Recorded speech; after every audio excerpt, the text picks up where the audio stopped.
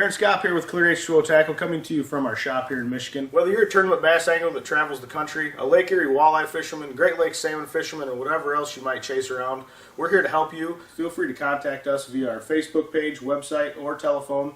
We're happy to talk with you and walk you through your needs. Tight lines and have a great season. Hey, John Cruz, and welcome to Michiana Outdoors. I tell you, there are a lot of misconceptions out there about spinning reels, spinning rods, and line applications.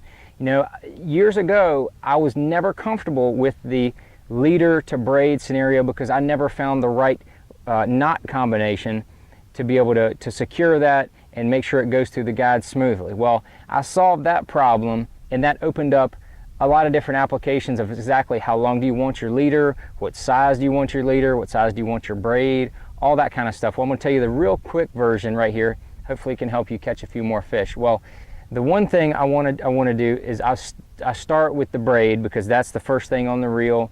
Sunline SX1 braid is what I do in 12-pound test. You want to make sure you have a nice smooth braid, but you don't want a braid that has any type of silicone or any other sticky or anything to make the line slick. You want to have it, basically a drier braid. It's going to have a better knot leader situation. And then I'm going to have anywhere from 6, 7, 8, or 10-pound leader material. Those are the ones that I usually use depending on the application.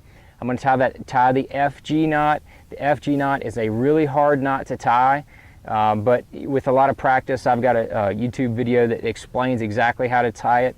Once you figure out how to tie that, that is absolutely the one you want to have on there. And then the leader length is also another key.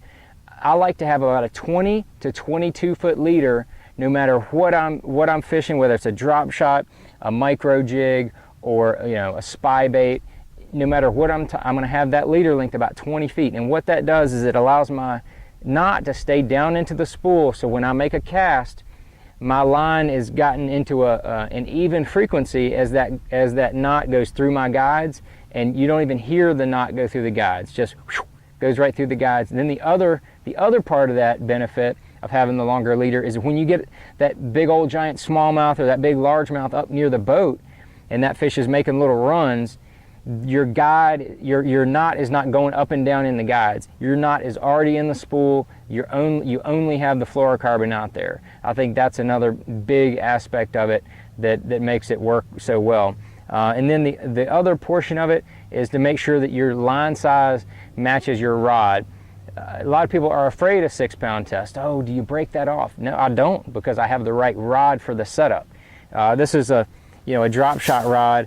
I fish 6-pound test on all the time, and you can see that rod tip, I'm just barely pulling down, and that rod tip is very soft. So I can fish 6-pound test, and those big smallmouth are making big runs, and I'm not going to break that 6-pound test because my rod tip is very soft. Now, as opposed to this is just a fast taper medium action, you can see I've got to pull on this a little bit harder to get that rod tip to come down. But that's what I want when I'm fishing that micro jig, so I can drive that hook set, push that weed guard down, drive that hook into those fish. Absolutely done.